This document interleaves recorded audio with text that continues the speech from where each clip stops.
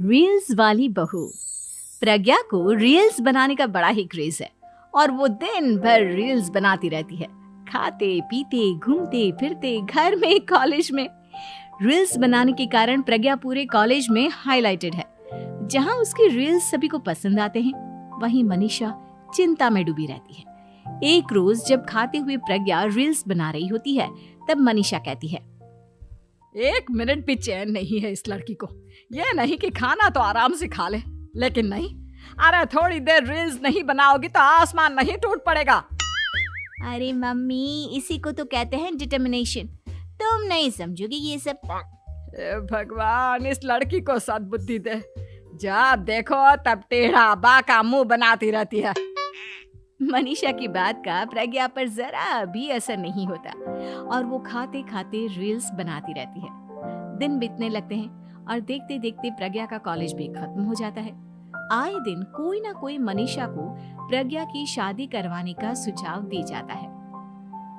सब ठीक ही कहते हैं, प्रज्ञा की शादी कर देनी चाहिए। अपने घर के काम काज में व्यस्त हो जाएगी तो खुद ही ये रील्स और नाच गाना बंद हो जाएगा। मनीषा और प्रेम प्रज्ञा के लिए एक अच्छा लड़का ढूंढने लगते हैं और तभी विकी का रिश्ता प्रज्ञा के लिए आता है, जिसने प्रज्ञा को उसकी रील्स देखकर पसंद कर लिया था। अगले दिन विकी अपने माता पिता के साथ प्रज्ञा के घर पहुंच जाता है और प्रज्ञा साड़ी पहने हाथों में चाय की ट्रे लिए उनके सामने आती है। जब विकी को पसंद है तो हमें भी बहू पसंद है। बहन जी, आप बारात की तैयारी कीजिए। एक बार लड़का लड़की अकेले में बात कर ले तो अच्छा रहेगा। हाँ हाँ, क्यों नहीं। मनीषा विकी को प्रज्ञा के कमरे में भेजती है, जहां प्रज्ञा पहले से ही रील्स बना रही होती है। तभी विकी कहता है, आ गए आपके साजन जी। हमारे साथ ये रील्स कंप्लीट करती तो और भी अच्छा रहता। अच्छा जी, अब आ ही गए हैं तो बना ही लेती हूँ आपके साथ। दोनों मिलकर रील्स बनाते हैं। जब वी मीट और तुरंत पोस्ट भी कर देते हैं। फिर विकी कहता है, जब आप साड़ी में चाय लेकर आए तब मुझे लगा कि कहीं मैं गलत घर में तो नहीं आ गया। अब सही है। दोनों की शादी पक्की हो जाती है और शादी के दिन भी प्रज्ञा रील्स बनाने से चूकती नहीं। यहाँ तक कि बारात के समय भी नाचते हुए रील्स बनाती है। सभी लोग प्रज्ञा की तारीफ के पुल बांध देते हैं और प्रज्ञा नाचती गाती अपने ससुराल चली जाती है। सब कुछ अच्छा चल रहा होता है। प्रज्ञा यहाँ भी दिन भर हर चीज की रील्स बनाती रहती है। लेकिन कुछ दिनों के बाद जब सुनीता कहती है, बहू, ये रील्स के साथ साथ कुछ काम भी कर लिया करो। वैसे तुझे और क्या क्या बनाना आता है? मम्मी जी, वैसे तो सब कहते हैं कि मैं सब कुछ अच्छा बनाती हूँ, लेकिन मुझे लगता है कि मैं मैगी अच्छा बना लेती हूँ। हाँ, कॉफी भी अच्छा बना लेती हूँ और मुंह तो सबसे अच्छा बना लेती हूँ। हैं? अच्छा अच्छा। सुनीता अपना माथा पकड़ लेती है और कहती है, बहू, कुछ खाना बनाना भी सीख लेती। मम्मी जी, मैं लंबी प्लानिंग कर रही हूँ। जल्दी ही मैं इतनी फेमस हो जाऊंगी कि मुझे पैसे मिलने लगेंगे। हम दोनों सास बहू राज करेंगे, राज। नौकर काम करेंगे और लोगों की तो लाइन लगेगी हमसे मिलने के लिए। तेरा दिमाग खराब हो गया है क्या बहू? हंसी मजाक तक ठीक है, लेकिन इस तरह घर नहीं चलते। जितना जल्दी हो इस घर के तौर तरीकों को सीख लो। प्रज्ञा मुंह घुमाकर चली जाती है और तुरंत उसी वक्त एक रील बनाती है। ये देख सुनीता का गुस्सा 7वें आसमान पर चला जाता है और विकी के घर आती ही सुनीता उसे सब कुछ बताती है। विकी भी अब प्रज्ञा की इन हरकतों से परेशान हो जाता है। तुम टेंशन मत लो मम्मा, मैं देख लूंगा। विकी कमरे में जाता है तो देखता है कि प्रज्ञा रील्स बना रही है।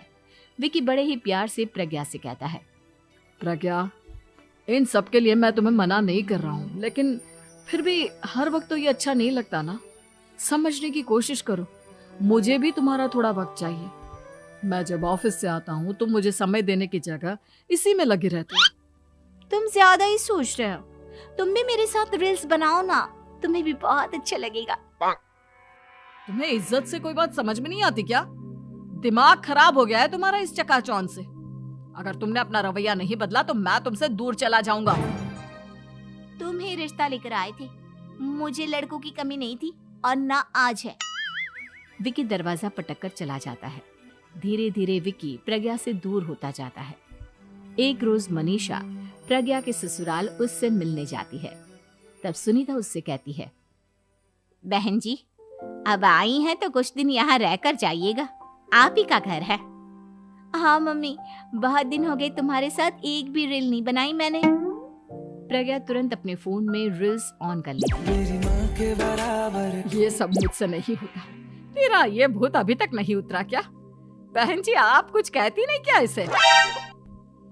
जब आप ही कुछ नहीं कर पाई तो मैं कर ही क्या सकती हूँ। सास तो वैसी ही बदनाम है। शाम को घर की लाइट चली जाती है और मनीषा प्रज्ञा से कहती है, मेरे घुटनों में बहुत दर्द हो रहा है, तू लाइट का कुछ इंतजाम करना बेटा। अच्छा, कैंडल जला देती हूँ मम्मा। प्रज्ञा गाते हुए कैंडल जलाती है और खिड़की के पर्दे के पास रख देती है। मनीषा, जिसे बहुत दर्द हो रहा है, वो सो जाती है और प्रज्ञा हमेशा की तरह अपने रील्स में लग जाती है। उधर कैंडल की वजह से पर्दा आग पकड़ लेता है और मनीषा के कमरे में आग लग जाती है। बचाओ, कोई है, बचाओ। सभी भागते हैं और विकी कमरे की आग बुझाने में लग जाता है, लेकिन तब तक मनीषा आधी जल चुकी थी। मनीषा की हालत देख प्रज्ञा रोने लगती है। विकी मनीषा को तुरंत हॉस्पिटल ले जाता है और उसे एडमिट कराता है। विकी प्रज्ञा से कहता है, देख लिया ना, तुम्हारे इस नाच गाने की वजह से आज तुम्हारी माँ की जान जाते जाते रह गई। अब पता नहीं तुम और क्या चाहती हो। उधर डॉक्टर कहते हैं, इनकी हालत बहुत नाजुक है, आधे से ज्यादा जल चुकी है। प्रज्ञा रोती हुई मंदिर में जाती है और भगवान के आगे जाकर कहती है, भगवान, मेरी माँ को ठीक कर दो। मैं कसम खाती हूँ, हाथ से ये रील्स बनाना छोड़ दूंगी। बस मुझे मेरी माँ वापस मिल जाए। 2 दिन बीत जाते हैं और मनीषा खतरे से बाहर आ जाती है। पेशेंट अब ठीक है, आप लोग उनसे मिल सकते हो। सब कोई मनीषा से मिलता है और प्रज्ञा सबके सामने अपना फोन तोड़ देती है। मुझे माफ कर दो मम्मा, मैंने तुम लोगों की बातों को नजरअंदाज किया।